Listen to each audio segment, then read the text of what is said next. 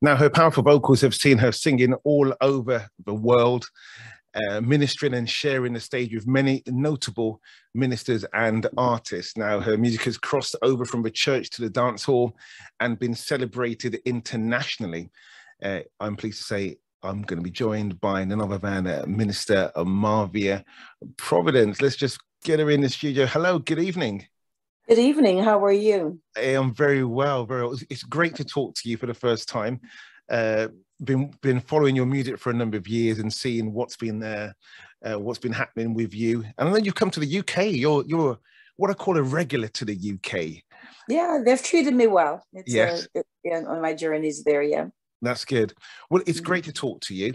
And, you know, you're one of the, you've done what not many other artists have done by being able to impact both what I call mainstream music and also be very, very well rooted within the church as well. How important has that been as part of your musical journey? It's been excellent, actually. I'm very grateful for what the influence that is brought to dancehall. Some people thought, Marvia, what do you think? I'm thinking, well, that's a great thing because the Bible said initially I was a bit scared. Okay. Because when they called me to sing at one of the Sumfest, I thought, oh my God. And I didn't want to go. But then a girlfriend of mine said to me, she said, Marvia, I'm coming out of the dancehall and I left a lot of good friends out there. That's the best place to be because the Bible said go into all the world, because sometimes we are so Christianized that we think that, you know, because church people save already, right? They're already saved. So yeah. And most of the time they don't even want to hear you anyway. So you go where people want to hear, sure. and where the people need the gospel. So that's what I'm grateful for in regards to that. So that excites me. What excites me most of all in all my journey is to see people get saved. Beautiful. Now, even before we move on, you know, the name itself, Marvia Providence. Oh yes, people know about certain songs in particular. Mm-hmm. But how would you describe yourself? Who is Marvia Providence? Oh boy, I've never been asked that. This is your opportunity to sell yourself now, yeah? I believe that I'm very, very passionate about the things of God. I'm very passionate about people. I'm very passionate about the gospel. That's me. I've often asked myself, say, God, why do I sing so hard? And it's because of the passion that goes with the songs I do. And I believe in singing a song that speaks to me first. It has carried me through some difficult times. And just to encourage people that even though things aren't the way that you want it to be, God is still sitting on the throne. Because sometimes we think he's a Santa Claus, you know, you get saved, everything is good and all of that. So that's one of the things I push most of all, because I think sometimes we give the wrong concept of what Christianity is, that, you know, God fixes everything the minute you say. Yes. So I would say what describes me is the passion I have for what I do and the influence to influence people into joining me on this journey. Beautiful. Yeah, I love that.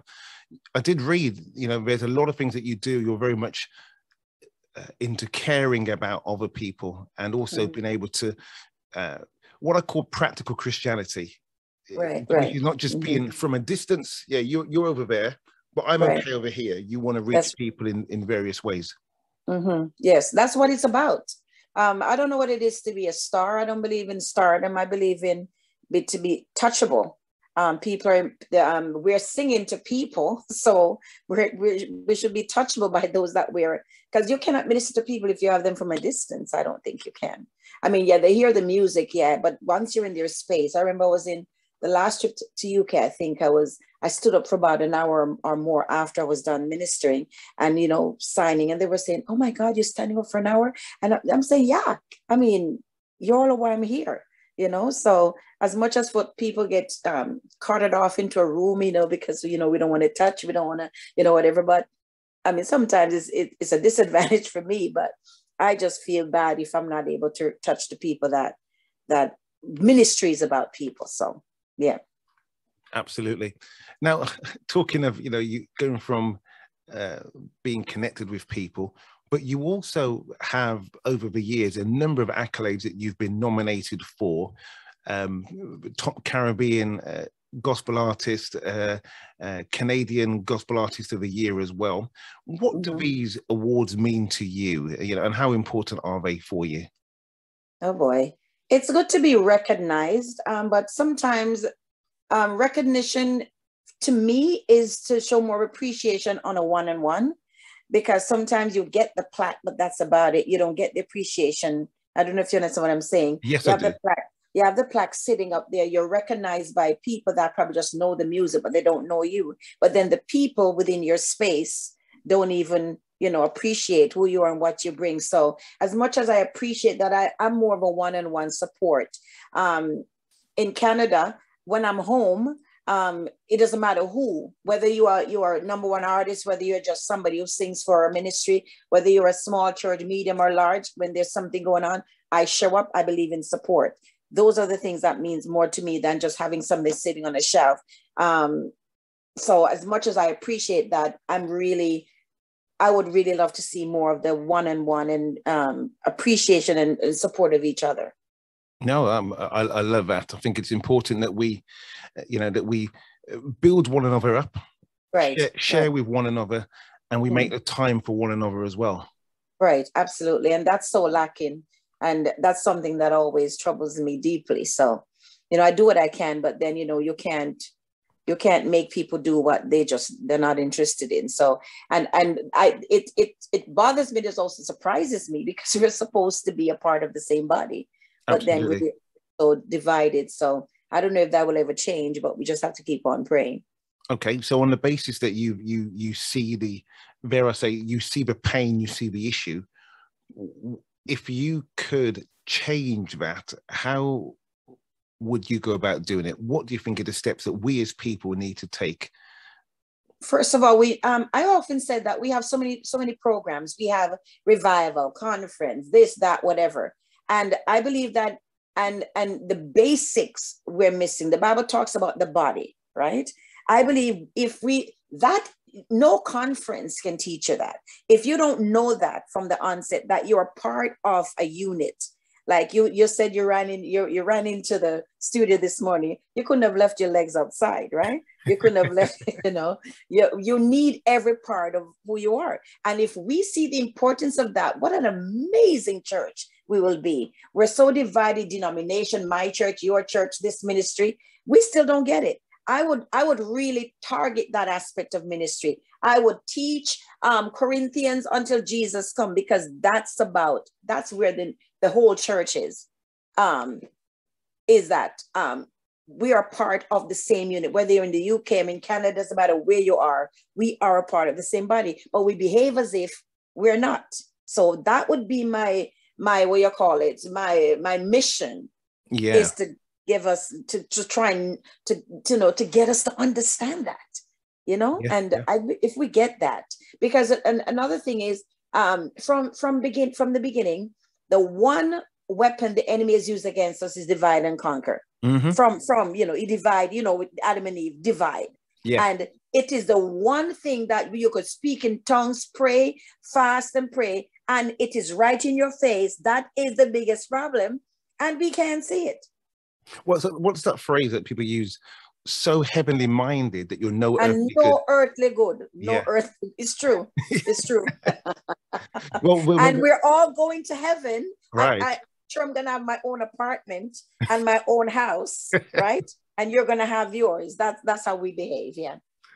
But listen, maybe that needs to be our mission for this year, right? To start, absolutely. Someone's got to start the journey, right? You know, I had a program called We Can Do It Better Together. I'd have a conference every year, and I'm telling you, the people, they just don't get it. I've tried prayer conference where I pray for leadership and their pastors. I call the churches together. I'm telling you, it's hard. It's really hard to really be knocking your head against, you know, this brick wall.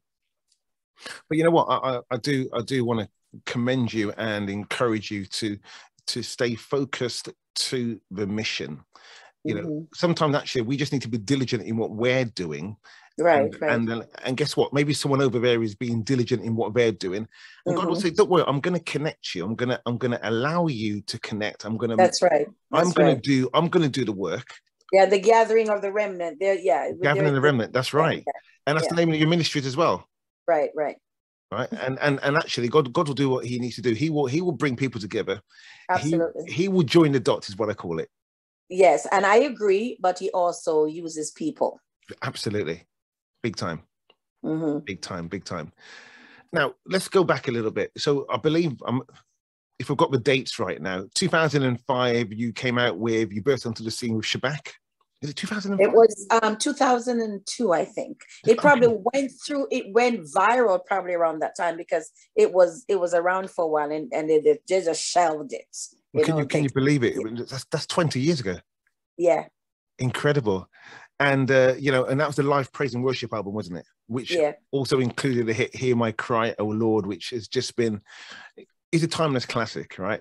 Yes, it is. It is. I mean, I have to sing it everywhere I go or they'll throw me off the stage, you know what I mean?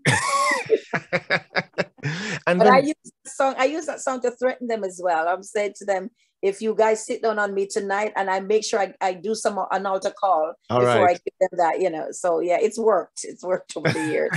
It's a powerful track as well. Yeah. And then you had the album Thank You. I think that was released. I've got it around about 2010, so that's a good while. Yeah. And that was also very well received. And then you had the 2012 Be Encouraged. Encouraged, yeah.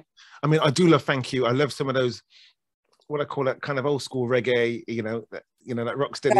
One day at a time, come walk with me, yeah. Absolutely, yeah, love it, love it. And most recently, you've released a couple of tracks over the last couple of years, Happy and I Am Anointed, yeah, which has that signature Marvia. Hey, what would you say is your underlying message in your music? Oh God, that's a lot. I believe that just like the album says, each of the album actually they have a birthing place. If where Shabak was I don't even know Shabak. I was leading worship in church, and I just heard in my spirit. I mean, hey, you did this on a Sunday morning. Why not do an album? Oh my God, it was hard, right? And then after that, I wanted to say thank you for what God did through Shabak, and then Be Encouraged. I was going through a time, and He said, encourage my people. And this one now, I'm anointed. Oh God, it's I'm anointed. That's what it is. It speaks about Marvia. What I was sitting in a service one Sunday morning about 10 or 15 years ago, and I just came up with this song, I am anointed to put the enemy. And I just wrote, that's all I had. And I had it sitting for years because I'm thinking, you can't put out a song with just you know, the chorus. And then when we started to this album, the guy said, sure, let's do it. And then funny, whenever I'm doing a song, it builds as I'm recording. I'll go to sleep and I hear, if your hands are, and I said, okay, I jump up and I write it down. And then I got that. And then one day or so I said, okay, we need a verse. And it just sort of came together. And then I remember in Jamaica one time I was preaching and I just heard blood, blood, blood. And I said, I want to put that in a CD one day. And that's just all how it came about. So I believe my thing is really just to encourage people, because this journey is a warfare. And so we've got to be able, you have to know how to stand in these difficult times. So yeah, I think that's pretty much one of my major message. Beautiful. Now, I did say that you're a familiar face to the UK, and I know you've got an incredible band supporting you as well. So you're going to be on tour. I'm really looking forward to, I've been seeing all of the dates. Yeah. So tell us about the tour. We don't need to go into all of the locations just yet, but we'll make sure that people know about that. What can we expect from the tour? Well, a bit of everything, because even though I have a new album, I still want to draw from some of the older CDs, because that's what the people know me for. So what I do a combination of a medley of the older songs, and then I do some of the new ones. So they're going to get all of Marvia. what I noticed with the UK, some of my greatest ministries have been in the UK, where, you know, people are really hungry for ministry, and so I usually do a lot of heavy ministry when I come to the UK. Deliverance, a lot of that sometimes take place. So there's room for that. And what I love is that it's not going to be when I do ministry, I don't like it to be too much of a crowded program where, you know, you're just rushing through. So I have time to really minister. And sometimes I don't even follow the list. I flow as the they know me for that. So so your musicians are thinking, where are we going? Just go with the flow. Just go with the flow. Emma said, we know you, Marvia. We know. So they've been trained over the years that I always go left when there's going. So they are trained. So they know how to flow with me. Just follow the leader, right? Follow the leader. Follow the leader, yeah. Absolutely. Mm-hmm. Actually, sorry, we should have mentioned, of course, your release this year, which is called I'm Anointed. Yeah. I'm Anointed. So the album I'm Anointed. That's correct. Right. And that's that's part one. Actually, there's another part that's not released as yet. Okay. Yeah. I'm just looking at the tracks. Hear My Cry, Open Heaven, Happy, Happy, Happy. Yes, No Other Help. I Am Anointed, When He Was on the Cross. Love Grew Where the Blood Fell. And Father, We Need a Blessing. So a good length of album on that one as well. Some long tracks, some time for you to get into the flow, right? Yeah, I'm known for that. My musicians. But I was the first live I did was Shabak, and then I remember halfway through the program, the guys just took the paper and said, "Forget it," and they just threw it away. Forget it. She's not following this. We're just gonna, so. Because I didn't know anything about. I've gotten better over the years, but hey, I just thought I'm having church, so just sing as long as you want. So that's what I did. So the tour is going to be. Let me give some descriptive words. The tour is going to be expressive. It's going to be dynamic. It's going to be powerful. It's going to be anointed. It's going to be. It's going to be. What else can I put? It's going to be. It's going to have the Marvia signature tune all over it. Yes, sir. Yes, sir. It's going to be all with the help of God, because trust me, it's going to be a journey, because sometimes it's going to be like maybe a day between. So I'm going to need a whole heap of tonic and a whole heap of Jesus to be able to get through this. Drink your ginger. Have your ginger. Yes, sir. Ginger. And what is ginger for? The throat? Well, isn't it for everything? Ginger has the multi-purpose, right? Okay. Well, Emma, tell me ginger, lemon, and cayenne pepper. She told me when I was in Trinidad and I was so sick. She said, "Get some ginger, and some cayenne pepper, she told Oh, I love it. Yeah. So we'll tell people all about the dates as well that will follow. And how can people follow you on social media and stay connected to what you're doing? They can follow me on Marvia Providence. Is my name I use on all my social platform. Facebook, YouTube, and also my website, and also Instagram. Yes, brilliant. Yeah, brilliant. And so, tell us one more time why people should come along to the concert. Oh, it's going to be amazing. I believe it's going to be anointed. It's going to be a time of worship. It's going to be a time of breakthrough and deliverance. And so come on out with your worship. I know a lot of times folks come out you're not going to be entertained.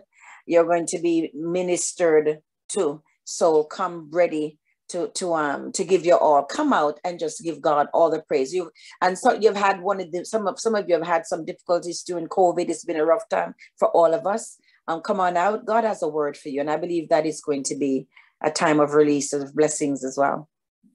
Awesome. Now, before you go, I'd love to hear who you would like to work with. I know you said most of your songs are you do your own stuff. Is there anybody that you'd like to work with or collaborate with? I don't know. I've never thought of that. I did one with Papa San some years ago, and I just did one the other day with Jason Mighty. Okay. Yeah. So folks have called me about that, but it's kind of hard to just sing with anybody. So I really don't know. I'm not really, I'm not the kind of person where I'm a fan of anybody. I'm a fan of the anointing in someone's ministry. So it doesn't matter who you are, as long as you're anointed and I can connect with you, then that's fine. But nothing really comes to mind right now. But hey, I'm open. Okay. Well, we look forward to it. So we should follow you on all your social medias, and we really look forward to welcoming you back to the UK and being able to worship with you. So we wish you all the best. Looking forward. Thank you so much. I appreciate this today.